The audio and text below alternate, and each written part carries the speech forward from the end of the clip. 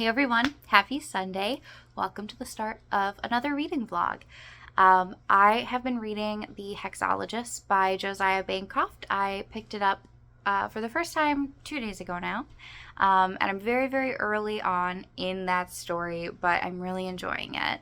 And I have two other books that I expect to acquire this week that I'm very excited about as well.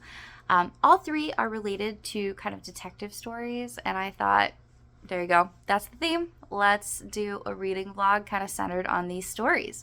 So I have high hopes for all three. They're all pretty different kinds of stories, but they all have that sort of detective leading the tale. So I'm hopeful that I will enjoy all of them, and I'm hoping to take you along for the ride.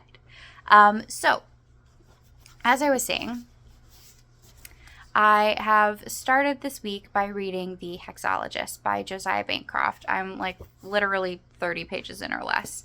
But Josiah Bancroft is, to my understanding, known for writing really kind of bizarre fantasy books. So Josiah Bancroft wrote the Babel series, which to my understanding is a pretty wild set of books.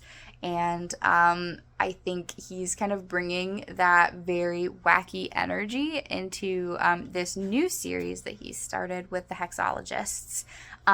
It's really fun. So it's a detective story, and it's set in it's a fantasy world, but it feels very like turn of the century, like maybe 1920s-esque. And it follows two detectives who are a couple. There's Iz and Warren Wilby. And in this world, there are sort of four main kinds of magic. They are hexologists, and they use their understanding of hex-based magic to investigate really bizarro crimes. And in this case, the story picks up when an assistant to the king comes to them and says, look, the king wants us to bake him into a cake. Help. Which is a wild opening sentence to read. So thus far, I've really liked the tone of each of the main characters and their dynamic. Like, they seem to be a very funny couple. And it sounds like things are going to get pretty wacky. So I've enjoyed the opening 2.5 chapters, and I think it will make for a good read for the rest of the week. And then on the sci-fi front, I just got this in today. It's The Tea Master and the Detective by Aliette de Bodard, who is an author that I've never read before. But I read a lot of Becky Chambers books in 2022 and 2023, and I find that her stories are very much this sort of intersection of cozy and sci-fi.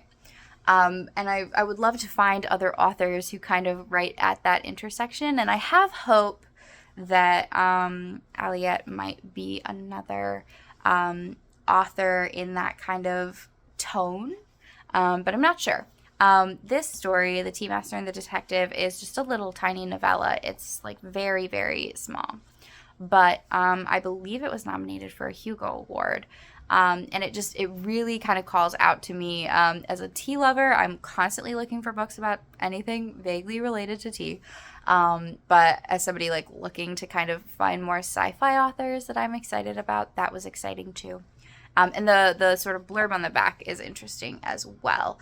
It sounds like it follows a sentient spaceship that is boarded by a detective after a tragedy occurs, and they're sort of unlikely pairing in the solving of a murder. So I have high hopes for that story as well, and I think I might potentially just pick this up and read it today since it is so small. Last but not least, I am expecting in the mail this week a highly anticipated sequel, which is A Season for Scandal, which is the sequel to An Agency for Scandal. And I'll share more about that book when it arrives, but that is a story that I am very eager to pick up. Not fantasy or sci-fi, but rather the intersection of a detective story and historical Regency romance. So that will be an absolute delight, I'm sure, when it gets here. But this has been a very long and rambly intro. Anyways, the point is, hi, we're reading some detective stories, and I'm very happy that you're here. So I will check in as I jump into the Tea Master and the Detective.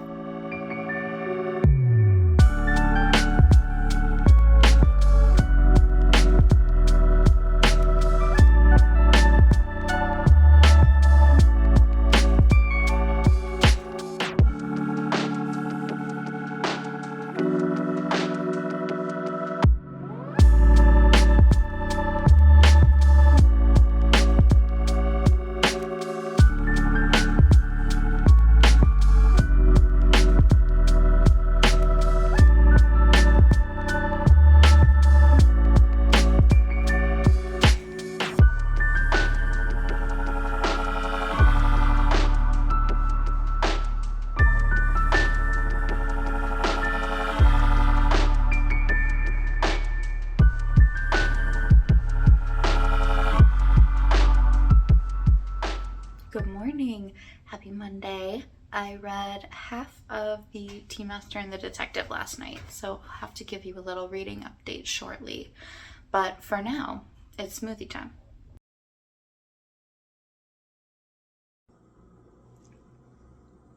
Okay, so I am on page 55 of The Tea Master and the Detective, and thus far I am loving this book. Right away, I just felt so immersed in the world. The world feels so foreign. That true sort of like sci-fi alien feel is very present throughout the book. There are so many new terms and settings that are sort of unexpected, but that's what I come to sci-fi for. So I'm really enjoying that component of the story. The basic premise is that we are following a sentient mind ship, which is actually not the first time I've encountered this concept of a sentient ship before, and it turns out I'm drawn to those stories. I like them a lot. The ship is called the Shadow's Child, and it is a tea master. So sentient mind ships are very common in this world. They have all different kinds of roles, and they're typically like owned by a family over, ages and ages. As a tea master, this mind ship is an expert in making brews that help humans navigate all the like physiological discomfort and symptoms that come from traveling in deep space, along with like other brews that help people just navigate everyday life, which I think is such an interesting concept. And our ship is approached to have the use of their services by a detective. She is a female detective named Long Chow, and something that stands out to me really right away about her is that, like many detectives, she is really characterized by this like very blunt, hyper logical sort of personality that's not at all personable, but rather very like, I observe this about you, therefore I know this about you, kind of a thing. And oftentimes that's kind of characterized in detective stories as just being like innate to the detective. That's like why they are a good detective. But our detective in this story is on drugs, like on a lot of drugs. And those drugs seem to be what give her this sort of hyper logical approach to the world.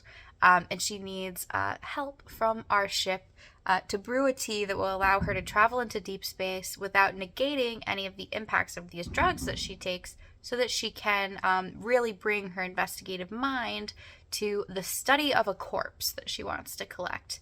Because we don't know a lot about how dying in deep space impacts how bodies degrade. And as a detective, she's interested in understanding about body degradation. So, real weird opening, but very, very, very interesting. Um, the ship and our detective very quickly form a very funny dynamic. The mind ship thinks that the detective is very rude and really dislikes her, but really needs her business because the mind ship is in kind of financially dire straits. How is a ship in financially dire straits? You ask a great question. There's a lot of moving pieces here in a very short story. But because she really needs, well, because the ship really needs business, and because the stuff this detective says, while rude, makes the ship really curious, they keep agreeing to help the detective, which just creates this very funny sort of back and forth between them where there's like sort of exasperation constantly, but also they're getting to know each other kind of by brute force, like pressing and pressing, like through research and observation. I see this about you. What's up with that? So they're kind of antagonistic, which is just, it's a really funny dynamic. The corpse in question that was selected for study has sort of a suspicious set of circumstances. And so it seems like the rest of the book is going to follow an investigation into what happened to this person when they died. Instead of being an educational experience, it's kind of turned into a potential murder mystery. So that's what I've got for you now. I'll let you know when I finish the story, but thus far I'm really, really enjoying it. Hello. We have reached the end of the workday. I've been cuddled up on the couch here for a little while, and I'm happy to report I have finished The Tea Master and the Detective. I really liked this book. It was cute. It was 84 pages. Cute is not the right word, but it was good. I enjoyed it. It was endearing at times. It was interesting. And I thought I would kind of give you a few final thoughts on it. In particular, a few things that I didn't mention before, sort of when I was talking about the plot of the story, that I wanted to highlight. First is that while I did really enjoy the story, I did find it confusing at times. The perspective that we read from is that of the mind ship. And there are times where it's just kind of hard to follow what is happening. And I think that's kind of the product of being in the mind of like a sentient robot. So, for example, the mind ship will be having a conversation with someone, but while they're having that conversation, like in this moment, they are also running a search on them, like trying to get background information. And so then we're like reading about what kinds of files are popping up in that search while a conversation is happening, and it's just two very different things, and it's hard to parse what the mind ship is reacting to in the moment. Like, are they reacting to the conversation? Are they reacting to the search? You know what I mean? So I did find it a little hard to follow at times, but I did generally really like the writing style and liked the voice of each of the characters. So just, flagging that there are parts of it that I did find a little harder to understand. Something I really liked about this story is that because we're following a mind ship, anytime they are in an environment where people are eating, there is a culture of still providing food that's basically like a hologram to the mind ship. And I don't understand exactly how it works. Like, if it's the mind ship that has this happen process-wise, or if there's something in these little food holograms. But anytime the mind ship would drink tea with someone or share a meal with them, each piece of food they would consume would like give them a little memory. And I thought that was really interesting and very sweet. Like an interesting sort of like cultural concept to incorporate. It was also very reminiscent for me of the Tea Dragon Society graphic novels. They brew tea that gives people memories that they share as well. So I liked that a lot. The last thing I would flag is that the main character, the mind ship, Shadow's child, they love like mythical, magical books and like dramatic movies. They just have this constant reference to like the media they're excited to consume. And oftentimes when they come home at the end of this weird, stressful day with this super annoying detective, um, that is like where they find solace. And I just really loved that. I felt like it was obviously very relatable for somebody like me. But it also really reminded me of Murderbot, the Martha Wells books. That is another character that is sort of a sentient robot adjacent kind of character that really turns to like reality TV and stuff for comfort. So I love this idea of just like humanizing something that is like a computer in a sci-fi setting, and kind of letting us really imagine them potentially leading as complex of a life as we do. So I really enjoyed that part as well. First 84 pages of this reading vlog are complete. I would definitely recommend The Tea Master and the Detective. And I finished just in time because when my partner came back from his walk this afternoon, he found a package waiting at the door. So let me show you what has arrived. Book mail. Here we have it, one of my most highly anticipated sequels for 2024, A Season for Scandal by Laura Wood. I am obsessed with these book spines. Have you ever seen such a lovely spine on a book? The other one is very floral too, so they just look gorgeous on the shelf. But I am absolutely jazzed to jump into this story this week. So, I started to explain this earlier today, but let me tell you a little bit about what to expect from A Season for Scandal. I'll just read the back here because I feel like it'll probably do a better job than me. But this says, the Aviary, a secret all-female detective agency righting wrongs against women, opens its doors once more for Marigold Bloom, which kind of a little on the nose for a name, but we'll move past that, whose family business encounters trouble and brings her into a chance encounter with the extremely bad-tempered but terribly handsome Oliver Lockhart. And that encounter leads her to the aviary. I just loved the first book so much. I think at the time I talked about how it felt so reminiscent for me of Allie Carter books that I read when I was a kid. It's just such a fun combination of sort of a spy detective-like story and Regency romance, with this like very strong sort of feminist core. But the voice of these books is very relatable, accessible, and the plot is super compelling, at least in the first one. So I certainly expect that of the sequel as well. In terms of the rest of my night, I've got some dinner to make, some Bachelor to watch, because we are all owed a little bit of trash TV. And then I am definitely going to start A Season for Scandal this evening. So I will report back when I have something to share about my opening thoughts of the book.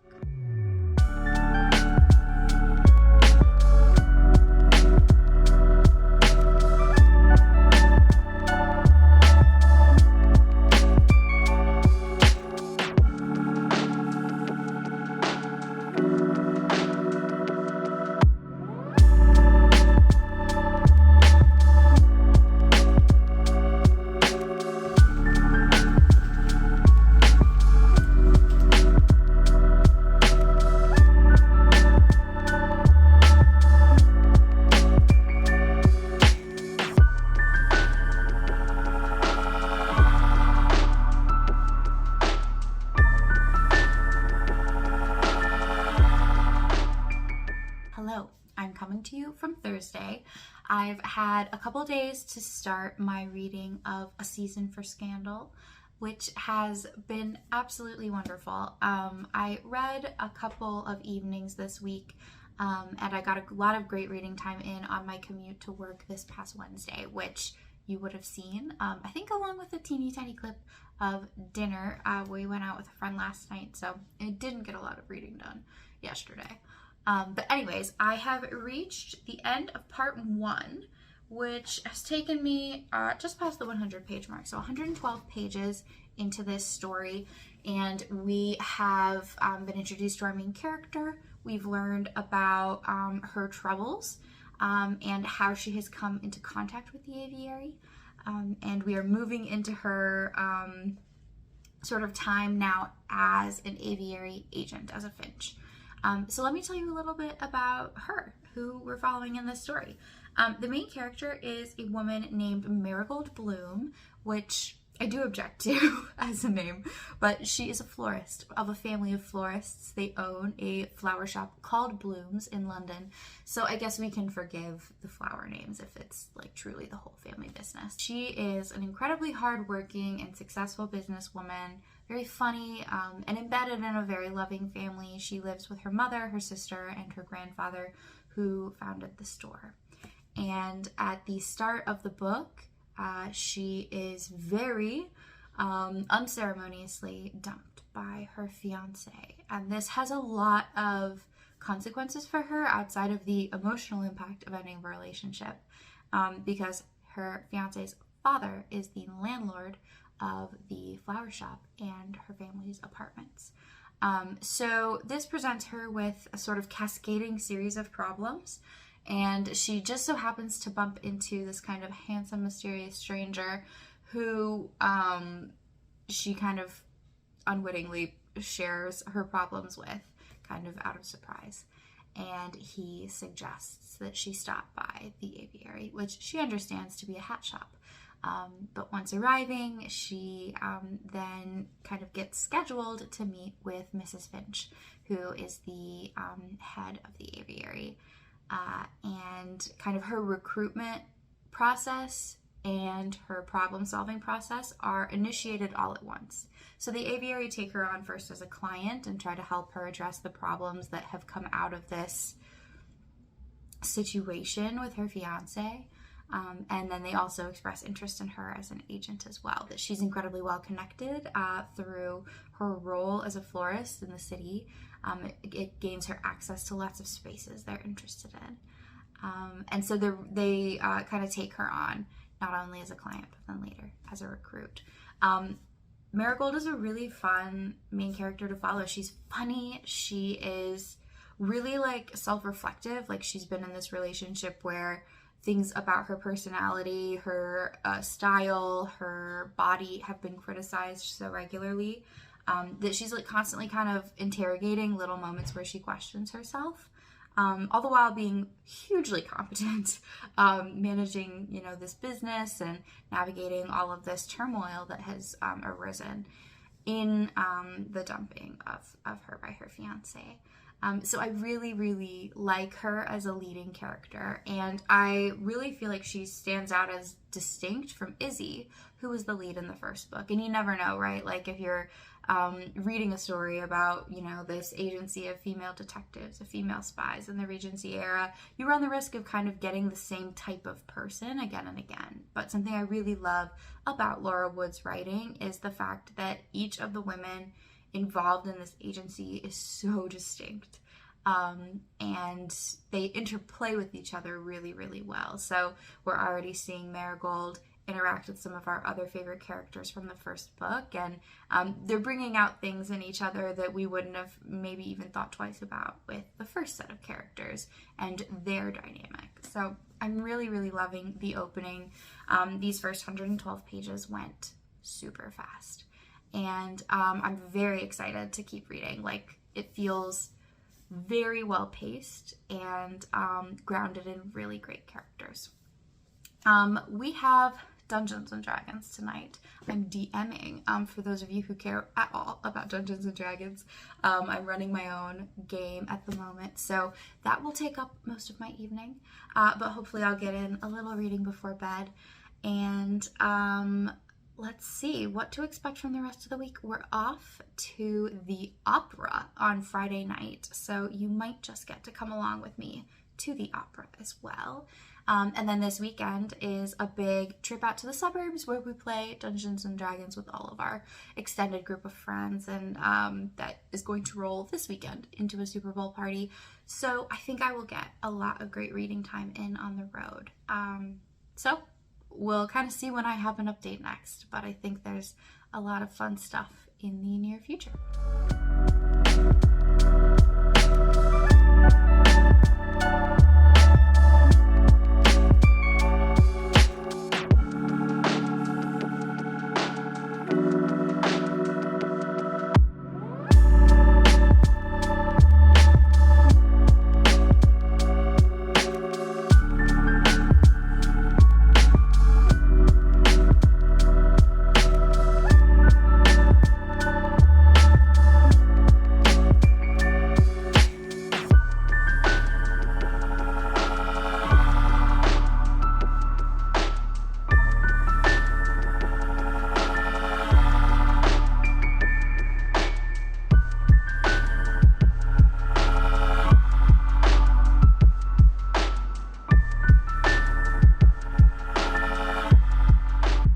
Hey, I hope everyone had a good weekend. I know I certainly did. As I'm sure you've seen, we got up to all kinds of fun nonsense out at our friend's house this weekend. There's like always a motley crew of dogs and lots of fun playing games together. And lots of good downtime too, because we split our game kind of in half. So I got some really nice reading time in, both in the car and also just like in the mornings while we were all kind of settling in for the day. So I thought I would give you a little update because I have finished part 2 of this book and I'm just one chapter away from the end of part 3. So what is the latest with A Season for Scandal? This just continues to be such a good book. I'm like obsessed. It is everything I wanted. It is such easy reading. It is fun and funny reading. Very plotty, but also great characters. Part 2 of this story is where we really establish the problem, the case that is going to be the center of the rest of the book. In this case, it is the handsome stranger who she ran into at the beginning of the book, who we actually know from the first book in this series. His name's Oliver Lockhart. He is having kind of an Anastasia problem. So he's incredibly wealthy. When he was a child, he's under the impression that his mother and his sister died. But upon his father's death and him taking over the family estate, he learned that his sister's body was actually never found. And this obviously spurred concern that, like, is there a world in which she is actually alive? He tried to hire a regular old private eye who immediately posted an ad where the accident happened. And now he has all of these people coming to him being like, oh yeah, I'm your long lost sister, to claim her inheritance. Most of these people are obvious fakes, but somebody, a remarkably convincing person, has come to him with her adoptive parents. And he now has like no idea whether or not it is really his sister. So the story, the case that the aviary is taking on, is investigating the true identity of this mysterious potential sibling who has arrived on his doorstep. In order to investigate this, Marigold goes undercover as his new fiance, and the head of the aviary comes along with as the godmother, sort of chaperone figure. The idea being that they are the perfect kind of people to have tons of questions about this new sister, right? Like, oh, your new fiance wants to know about your new sister, and have full access to the house, right? Like, it creates like a lot of perfect explanation for why there would be somebody being like super nosy in this environment without causing distrust or suspicion. So part 2 establishes the problem, sets up this very funny fake dating kind of trope, and part 3 follows their time together at his estate. I think that it's going to wrap with a very big party. That is the chapter I've yet to read. But, you know, we see them go closer, we see how the investigation unfolds, all sorts of suspicious and affirming things about this mysterious woman and her parents. So it has really kept me hooked. I have picked it up at every free moment, and I'm loving it. So I will hopefully finish it up in the next couple of days in the evening, and I'll be sure to report back in when I'm finished. But to be honest, like, I'm absolutely loving this book and can tell it's going to be a very high star rating and something I would absolutely recommend freely to tons of people. So happy things to report, and I hope you all have a good rest of your afternoon while I'm off doing work and then reading, hopefully. Hi. Happy Saturday. I'm going to break into a Christmas gift that I got from a good friend, which is one of these gorgeous book nooks. This one is a garden house, which is delightful and fitting because I'm a big plant lover. It looks so beautiful and so intricate. I'm a little bit intimidated, but I'm gonna just try it out, see if I can manage all the teeny tiny pieces. And I thought I would bring you along for the ride with this little kind of decorative DIY that then I will add to my actual book nook. So let me know if you've ever done one of these before.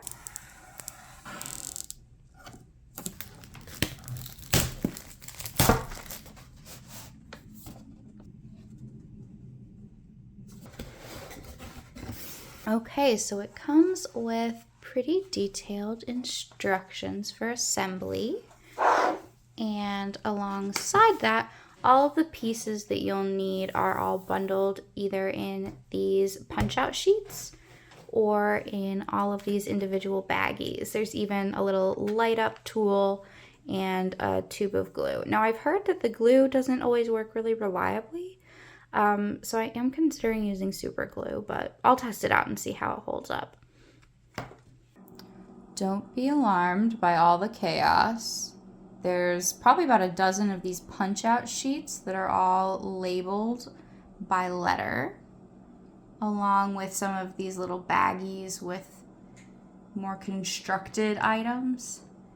And the instructions are pretty detailed. But it's a whole lot of pieces, and we can't lose any of them. Tiny furniture has been assembled.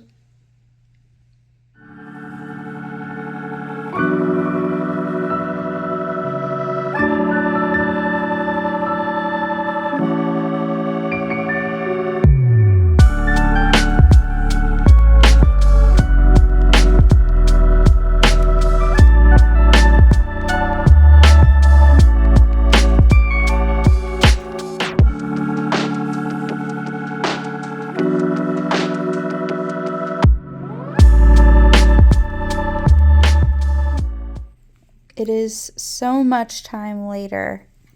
We've constructed the whole of the building.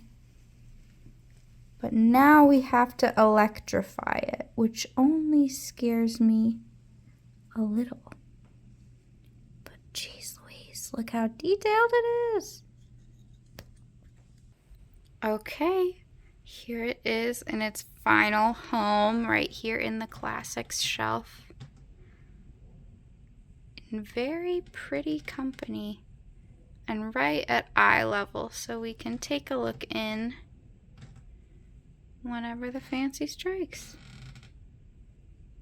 Hello and welcome to the end of this reading vlog.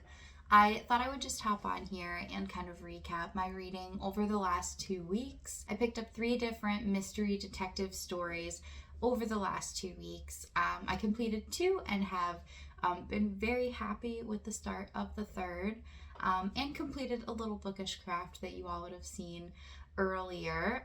So I thought I would just kind of recap that reading, which was more than 630 pages, which I'm pretty pleased with.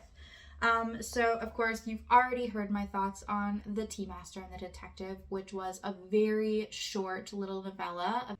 This story featured a lead female detective with a mysterious backstory and a sort of Sherlock Holmesian, highly logical brain that was created not by birth, but instead through a sort of combination of drugs, which was a really interesting sci-fi element to the story. I also have officially finished a season for Scandal, which I loved so much. This was absolutely a 5-star book for me. I won't share too much about part 4 since it is the kind of conclusion of the story. I don't want to give away any spoilers, but what I can say is that the mystery itself had a very satisfying resolution, and I enjoyed both the way that the romance and the case itself kind of wrapped up. So if you enjoy historical romance and you enjoy a good detective story, I would highly, highly recommend this series by Laura Wood. And I would also flag that one of the things that's so wonderful about this story is our female detective lead is very different than some of the more curmudgeonly or highly logical, sort of stoic detective figures in a lot of major mystery novels. She is a florist by trade. She's sociable and curious and softer around the edges. And it's really nice to see a character in a leading role like that whose steel looks a bit different. She's not necessarily as prickly as some other major detectives, but she's ultimately just as successful. So, highly recommend a season for Scandal. And last but not least, I am back on The Hexologist by Josiah Bancroft. This, again, is a story that I briefly kind of recapped the premise of in the opening of this vlog. I'm now about 50 pages in, and the case is only just beginning to come together, but it follows 2 hexologists who are working as a sort of private detective agency. The primary detective is the wife of the couple and named Iz. Her husband, Warren, is the sort of softer, warmer, more sociable part of the pair. And Iz has a very interesting, sort of complicated family history of fame and not fanaticism, but like really odd sort of choices.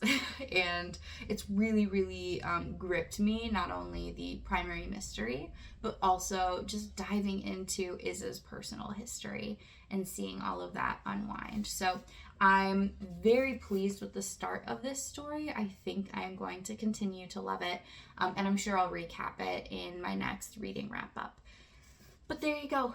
3 very different stories in the mystery detective category that you might consider picking up this winter. I find something about mystery in the cold weather to be so engaging and like cozy and curious. And if you're into sci-fi or historical romance or fantasy, any of these books might be a good fit for you.